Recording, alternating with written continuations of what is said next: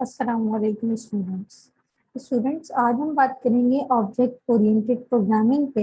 आज की क्लास में हम सीखेंगे कि क्लासेस क्या होती हैं और कैसे बनती हैं, इन पे किस तरह से काम किया जाता है, ऑब्जेक्ट्स किस तरह से बनते हैं, कंस्ट्रक्टर क्या होते हैं, स्टैटिक फील्ड्स क्या होती हैं, स्टैटिक मेथड्स क्या होते हैं, स्कैनर क्लास जो इनपुट लेने के लिए इस्तेमाल होती है उसको किस तरह से आप यूज कर सकते हैं, दिस का कीवर्ड क्या काम करता है।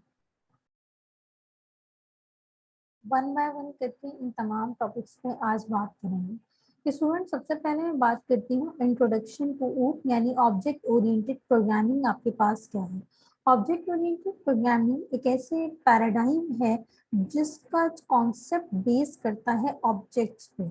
यानी बेसिकली ऑब्जेक्ट ओरिएंटेड प्रोग्रामिंग का जो आइडिया है वो आपके पास ऑब्जेक्ट्स से है। ऑब्जेक्ट्स आपके पास क्लासेस होती हैं, क्लासेस के डिफरेंट ऑब्जेक्ट्स बनते हैं और उन ऑब्जेक्ट्स के थ्रू आपके पास क्लास में रखे हुए मेथड्स और मेंबर फंक्शंस या मेंबर वेरिएबल्स आपके पास एक्सेस किए जाते हैं।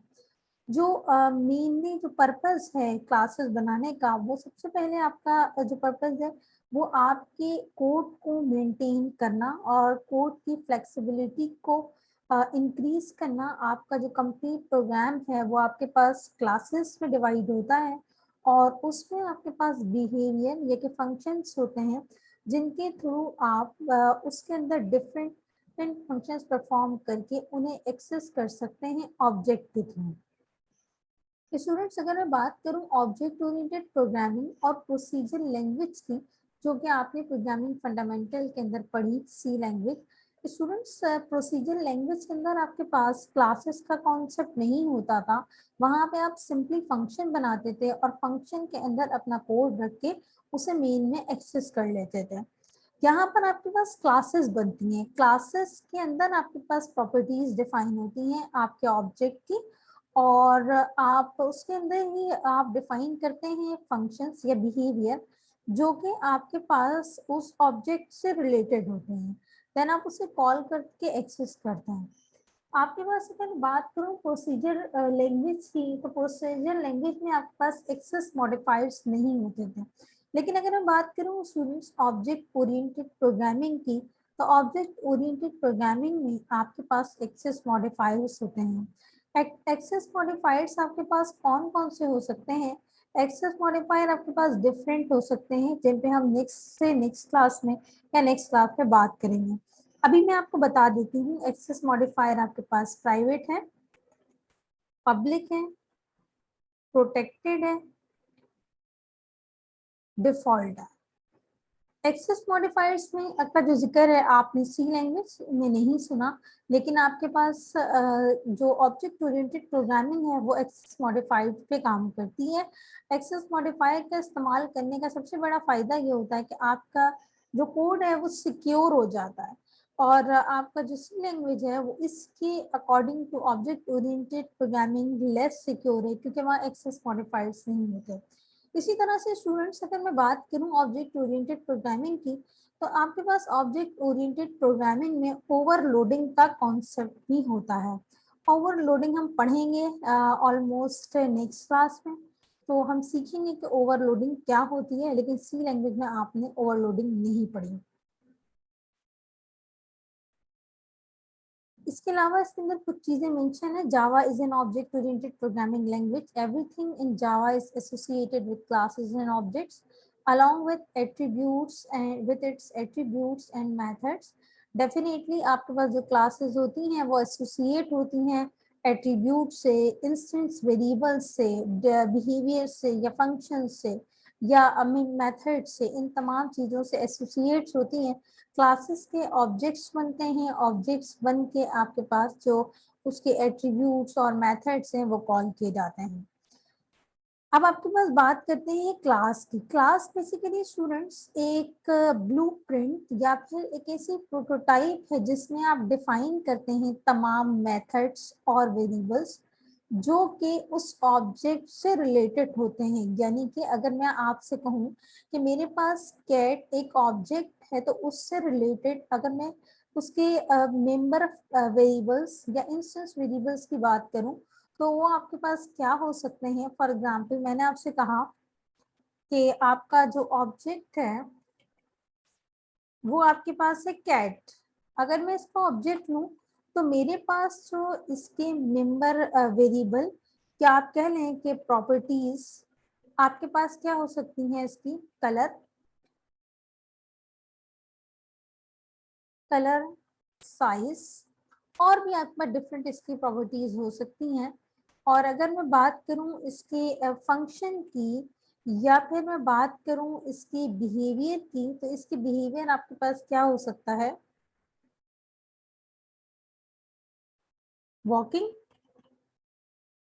ईटिंग, ये तमाम इसके बिहेवियर्स हो सकते हैं और ये इसकी प्रॉपर्टीज हैं। तो सबसे पहले आप ऑब्जेक्ट ओरिएंटेड प्रोग्रामिंग के अंदर डिफाइन करते हैं ऑब्जेक्ट। जब आप ऑब्जेक्ट डिसाइड कर लेते हैं तो उसके अकॉर्डिंग उसकी प्रॉपर्टीज और उसके बिहेवियर या फिर फंक्शंस होते हैं। इन प्रॉपर्टीज को इंस्टेंस वेरिएबल्स भी कहा जाता है और इन फंक्शंस को मेंबर फंक्शंस भी कहा जा सकता है, और इन प्रॉपर्टीज को या इन वेरिएबल्स को मेंबर वेरिएबल्स भी कह सकते हैं। ऑब्जेक्ट आपका डिफरेंट टाइप्स के हो सकते हैं। एक एम्प्लॉय भी ऑब्जेक्ट है,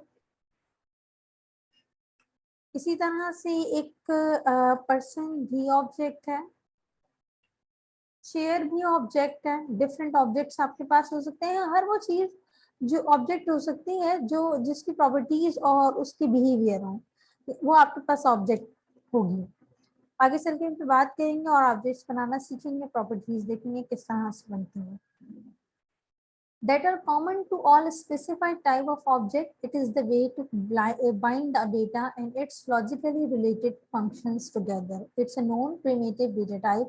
पहली क्लास में हमने बात की थी primitive data types और known primitive data types की।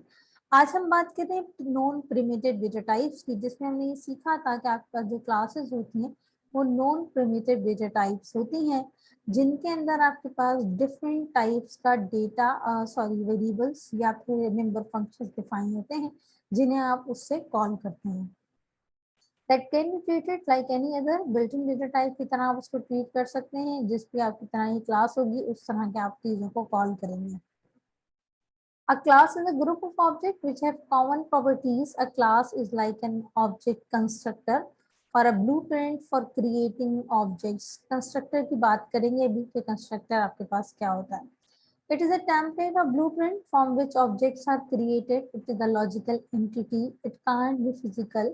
A class can be considered as a blueprint using when you create as many objects you like. आप जितने चाहें ऑब्जेक्ट बना सकते हैं। Data members are also known as fields.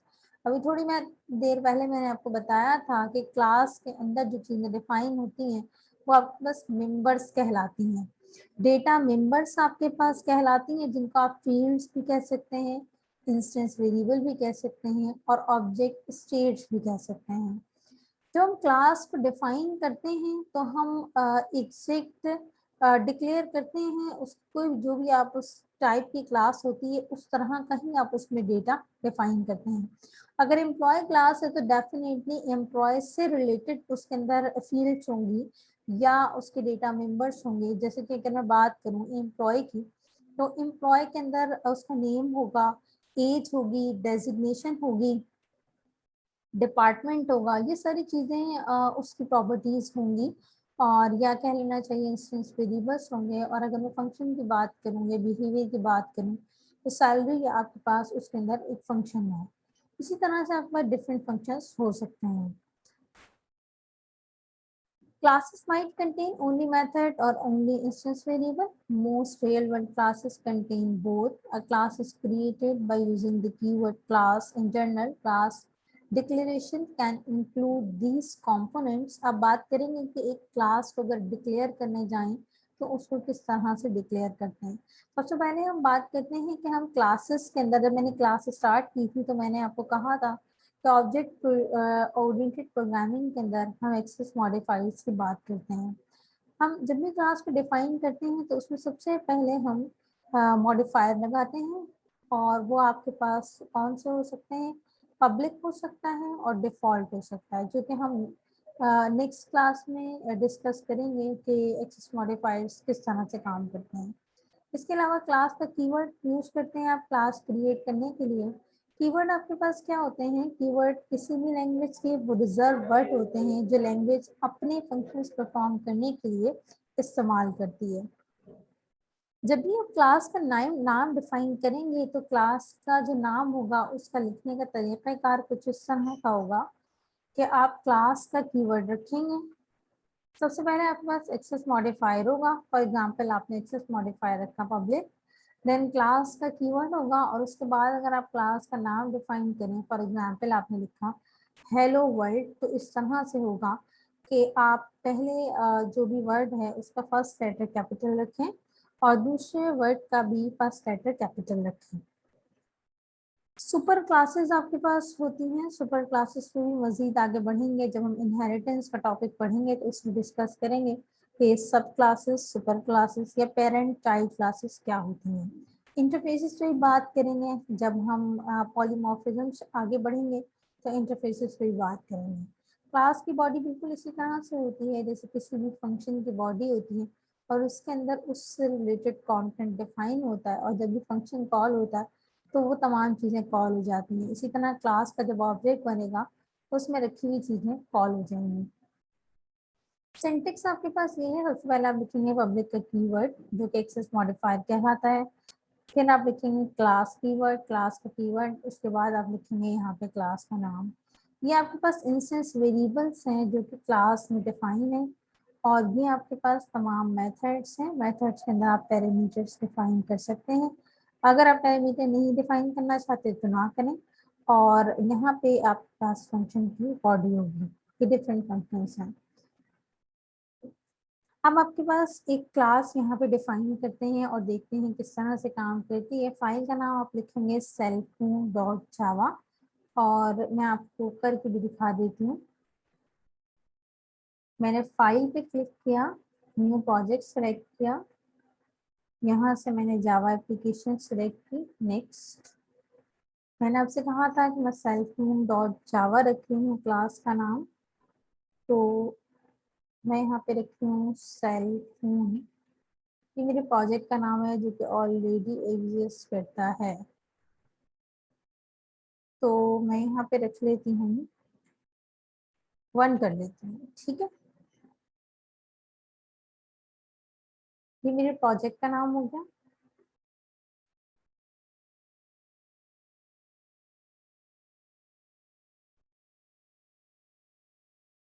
ये right side पे मेरे पास प्रोजेक्ट आ रहा है, मैंने इसको ओपन किया, सोर्स पैकेजेस पे क्लिक किया, न्यू, देन जावा क्लास पे क्लिक किया। यहाँ पे मैं अपने पास क्लास का नाम रख रही हूँ सेल्फमून, राइट।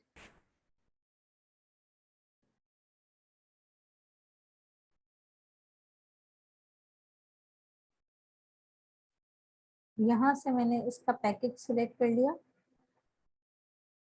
ठीक है। पैकेज का मतलब आपके पास ये होता है आपने जो क्लासेस हैं वो किस पैकेज में, डिफरेंट पैकेजेस हैं। तो मैंने सेलफोन 1 के नाम से जो प्रोजेक्ट बनाया था उसके अंदर मैंने सेलफोन की एक क्लास रखी और इसको फिनिश कर दिया। ये आपने देखा पब्लिक क्लास सेलफोन के नाम से मेरे पास एक क्लास आ गई, ऊपर मेरे पास यहाँ पे मौजूद है पैकेज और यहाँ पे मैं लिख रही हूँ मेन का फंक्शन।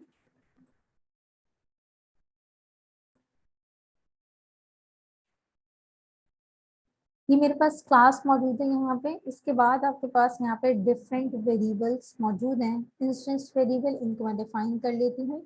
सबसे पहले स्टूडेंट्स मेरे पास है नेम, फिर आपके पास है प्रोसेसर, देन आपके पास है मेमोरी। इन चीज़ों को मैं यहाँ पे डिफाइन, अच्छा ये तमाम चीज़ें एक चीज़ याद रखिएगा क्लास में डिफाइन है तो यहाँ पे डिफाइन करूँगी क्योंकि ये क्लास में लिखी हुई है, राइट। स्ट्रिंग का एस,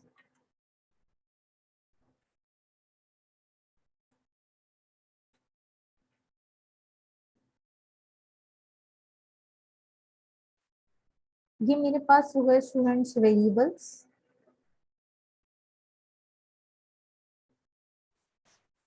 देन मेरे पास स्टूडेंट्स एक मेथड बना हुआ है जिसकी रिटर्न टाइप वॉइड है और उसके अंदर आपने ये तमाम चीज़ें डिस्प्ले करवा ली जो कि आपके पास मेंबर फंक्शन कहलाता है।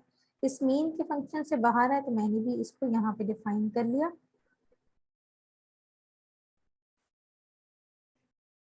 राइट,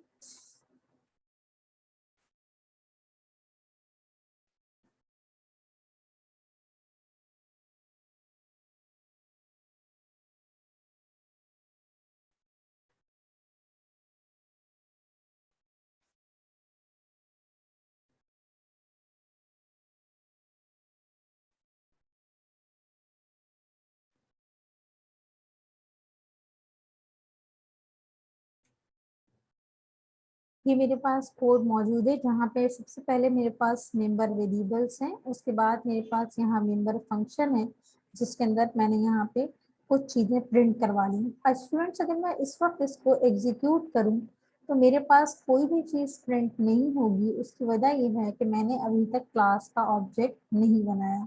जैसे मैं क्लास का ऑब्जेक्ट बनाऊंगी तो मेरे पास यहाँ पे ये तमाम चीजें कॉल हो जाएंगी। मैं आपको ये एग्जीक्यूट भी करके दिखा देती हूँ। मैं सेल फोन 1 पे गई, राइट क्लिक किया और रन पे यहाँ पे मैंने क्लिक किया। ये मैंने अपनी क्लास, जो कि मेरा ऑब्जेक्ट था, उसको सेलेक्ट किया, मेन क्लास सेलेक्ट की। मैं आपको दिखा रही हूँ कि मेरे पास इस वक्त कोई भी आउटपुट डिस्प्ले नहीं होगा, क्योंकि मैंने मेन के फंक्शन के अंदर क्लास का ऑब्जेक्ट नहीं बनाया। ये देखिए स्टूडेंट्स, मेरे पास कोई भी चीज़ यहाँ प्रिंट नहीं हो रही, जबकि मेरे पास यहाँ मेथड कॉल हो रहा है। सॉरी, मेथड मैंने बनाया है, लेकिन उसको मेन के फंक्शन में उसका ऑब्जेक्ट नहीं बनाया। आगे बढ़ते हैं और देखेंगे कि आपके पास ऑब्जेक्ट कैसे बनेगा। A class provides the blueprint for objects. So basically an object created from a class. In Java, the new keyword is used to create new objects. आपके पास जो न्यू का कीवर्ड है, ये हमने जब एरे में पढ़ा था तो मैंने आपसे कहा था न्यू का कीवर्ड मेमोरी एलोकेट करने के लिए होता है। जैसे ही आप अपने प्रोग्राम को कंपाइल करते हैं तो आपका प्रोग्राम रन टाइम पे मेमोरी एलोकेट करता है, और ये मेमोरी एलोकेशन आपके पास न्यू के कीवर्ड से होती है। अभी हम बना के देखेंगे किस तरह से बनेगा। The new operator also invoke the class constructor. आपका जो न्यू का कीवर्ड बनता है वो क्लास के कंस्ट्रक्टर को भी कॉल कर लेता है। अब आगे बढ़ेंगे तो कंस्ट्रक्टर बनाएंगे तो आपको एक चीज क्लियर हो जाएगी। All objects get memory in the heap memory area. तमाम आपके पास जो मेमोरी की क्रिएट होती है, जहाँ पे आपके पास, वो आपके पास कौन सा एरिया है, हीप मेमोरी एरिया है। वहाँ पे आपके पास तमाम जो ऑब्जेक्ट्स हैं उनकी मेमोरी मौजूद होती है। 3 स्टेप्स हैं ऑब्जेक्ट क्रिएट करने के। सबसे पहले आप डिक्लेरेशन करते हैं, देन इंस्टीट्यूशन करते हैं न्यू के कीवर्ड से, और उसके बाद आप इनिशियलाइजेशन करते हैं, जिसके थ्रू आपका कंस्ट्रक्टर कॉल हो जाता है। कंस्ट्रक्टर कैसे बनता है? सबसे पहले आप क्लास का नाम लिखेंगे, देन आप ऑब्जेक्ट का नाम लिखेंगे, इक्वल का साइन, न्यू का कीवर्ड, और क्लास का नाम अगेन लिख देंगे, तो आपके पास एज अ कंस्ट्रक्टर कॉल हो जाएगा। तो मेरे पास स्टूडेंट्स क्लास का नाम था सेल फोन। मैंने यहाँ पे ऑब्जेक्ट का नाम रखा obj इक्वल्स टू न्यू का कीवर्ड, और उसके बाद अगेन मेरे पास वही क्लास का नाम जो कि एज अ कंस्ट्रक्टर कॉल होगा। अब स्टूडेंट्स, मेरे पास इस वक्त भी कोई भी चीज़ प्रिंट नहीं होगी, क्योंकि मैंने अभी तक ऑब्जेक्ट को, सॉरी, मेथड को कॉल नहीं किया। अब अगर मुझे डिस्प्ले का मेथड कॉल करना है तो मुझे अपना ऑब्जेक्ट का नाम लिखना होगा। डॉट का साइन बनाऊंगी तो देखिए आपके पास क्लास में रखे हुए तमाम वेरिएबल्स और मेथड्स मेरे पास मौजूद हैं। तो मैंने इस मेथड को कॉल किया, अब मेरे पास डिफॉल्ट वैल्यूज आ जाएंगी। अब मैं आपको इसको एग्जीक्यूट करके दिखा देती हूँ।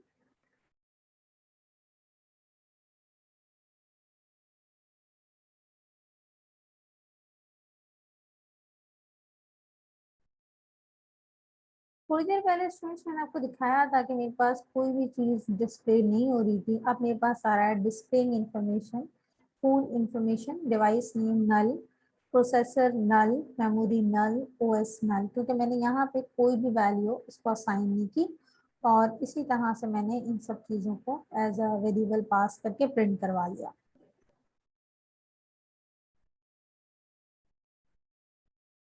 ऑब्जेक्ट कैसे बनेगा सेल फोन का, इससे बात करते हैं। अभी मैंने आपको बताया था कि क्लास का जो मैंने ऑब्जेक्ट बनाया था, सबसे पहले क्लास का नाम लिखा था, देन ऑब्जेक्ट का नाम, न्यू का कीवर्ड, और अगेन आपने क्लास का नाम रखा। तो ये आपके पास यहाँ क्लास का सेल फोन क्लास का ऑब्जेक्ट बन गया। उसके रखे हुए मेथड्स कैसे कॉल होंगे वो भी मैंने आपको दिखा दिया। ऑब्जेक्ट का नाम रखा, डॉट के बाद आपने फंक्शन का नाम लिया, यहाँ पे कॉल किया, तो आपके पास उसमें रखे हुए फंक्शन एग्जीक्यूट हो जाएंगे। अब बात करते हैं कंस्ट्रक्टर क्या होता है। जब हम कंस्ट्रक्टर की बात करते हैं स्टूडेंट्स, तो आपके पास हर क्लास का डिफॉल्ट कंस्ट्रक्टर होता है।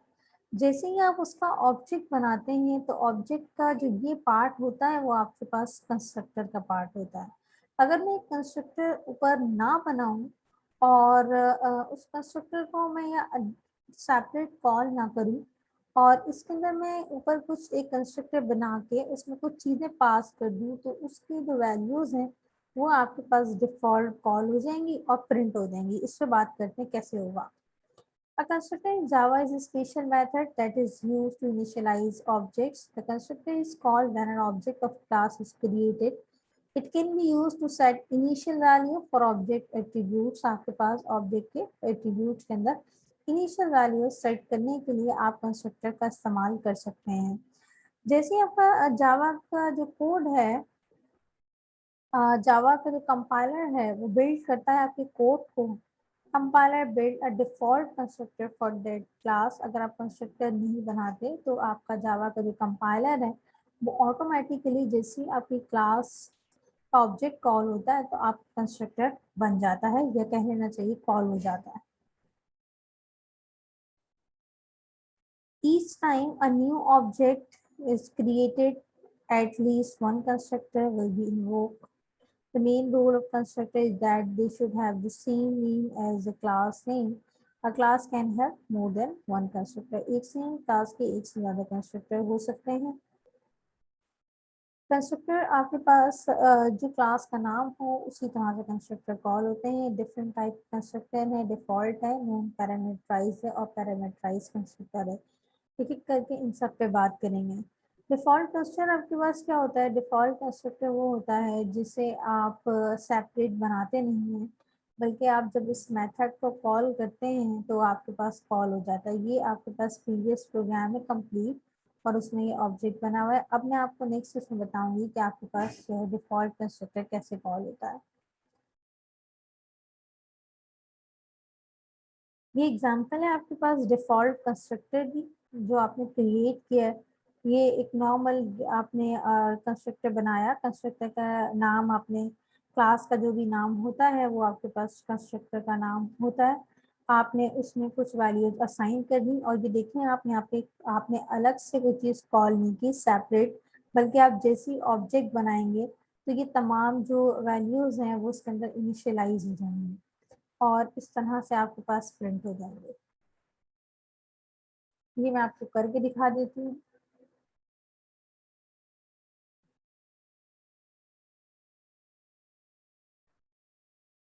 यहाँ पे आपने कंस्ट्रक्टर बनाया, क्लास का नाम,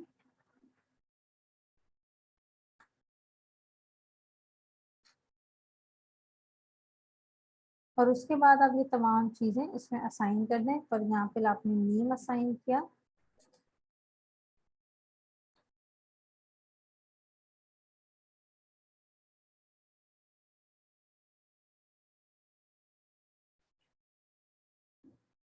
उसके बाद आपने असाइन किया प्रोसेसर,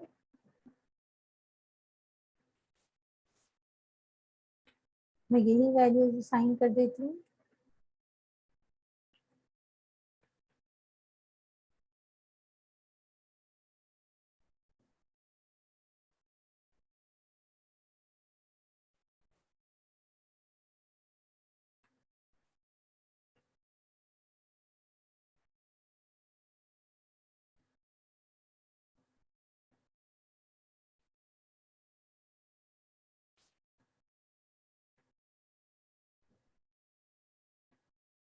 ये मैंने कुछ वैल्यूज असाइन कर दी यहाँ पे। अब मैं इनको प्रिंट करवाऊंगी। तो स्टूडेंट्स आप यहाँ देखें, मैंने इस सेल फोन के नाम से अलग से कोई भी चीज़ कॉल नहीं की, बल्कि आपके पास यहाँ से कंस्ट्रक्टर कॉल होगा जैसे ही मेरा प्रोग्राम कंपाइल होगा।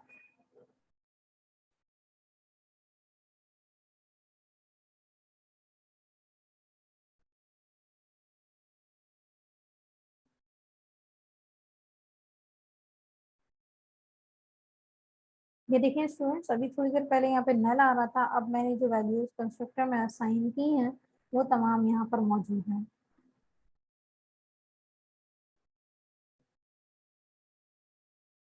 ये मेरे पास हो गया आपके पास डिफॉल्ट कंस्ट्रक्टर या नॉन पैरामीटराइज कंस्ट्रक्टर। इसके बाद है मेरे पास पैरामीटराइज कंस्ट्रक्टर। पैरामीटराइज कंस्ट्रक्टर के अंदर आपके पास जो क्लास का नाम लिख के आप कंस्ट्रक्टर कॉल करते हैं, उसके अंदर यहाँ पे आप पैरामीटर्स भी पास कर सकते हैं। किस तरह से आपने यहाँ पे ये पैरामीटर्स पास किए और फिर उसके बाद आपने इनके अंदर यही जो पैरामीटर्स हैं यही असाइन कर दिया आपने इन तमाम वेरिएबल्स को। यानी अब जब कंस्ट्रक्टर कॉल होगा तो उसमें जो वैल्यूज पास होंगी वो इन तमाम वेरिएबल्स में असाइन हो जाएंगी। आपको मैं ये भी करके दिखा देती हूँ। सबसे पहले मैं अपना प्रीवियस जो कंस्ट्रक्टर मैंने बनाया था मैंने उसको यहाँ पे कमेंट कर दिया, और उसके बाद मैं बता रही हूँ आपको पैरामीटराइज कंस्ट्रक्टर जिसमें मैं पैरामीटर्स डिफाइन करूंगी। स्ट्रिंग एन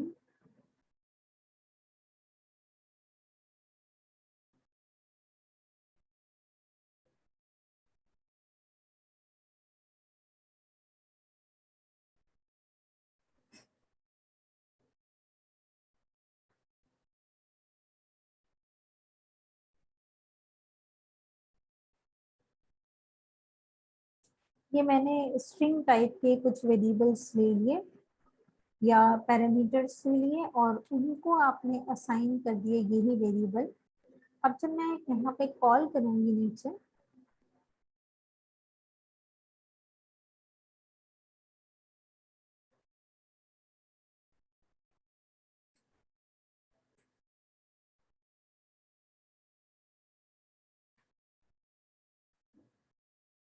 ये मैंने यहाँ पे वेरिएबल्स असाइन कर दिए जो कि मैंने एज अ पैरामीटर कंस्ट्रक्टर के अंदर दिए थे।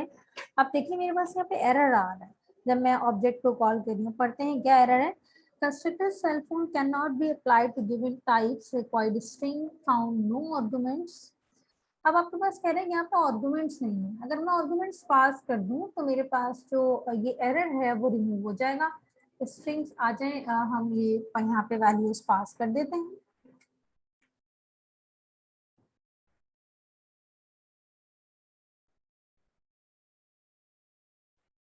कि तमाम वैल्यूज मैं एज अ स्ट्रिंग पास कर देती हूँ।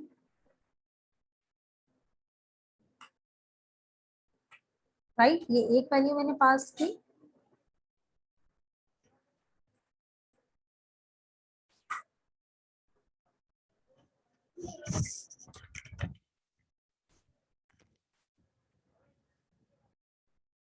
तो स्टूडेंट्स ये मैंने आर्गुमेंट पास कर दिए। अब मैं जब इस प्रोग्राम को एग्जीक्यूट करूंगी तो मेरे पास ये तमाम चीजें प्रिंट हो जाएंगी।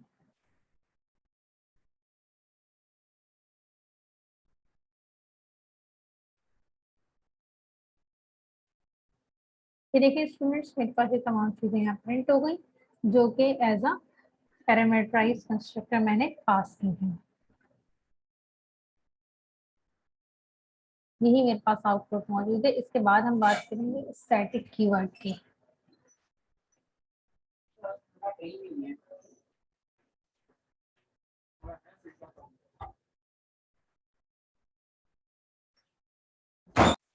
हाँ स्टूडेंट्स, अभी तक जो हमने चीजें सीखी वो हमारे पास थी पैरामीटराइज, नॉन पैरामीटराइज कंस्ट्रक्टर और डिफॉल्ट कंस्ट्रक्टर की बात की थी।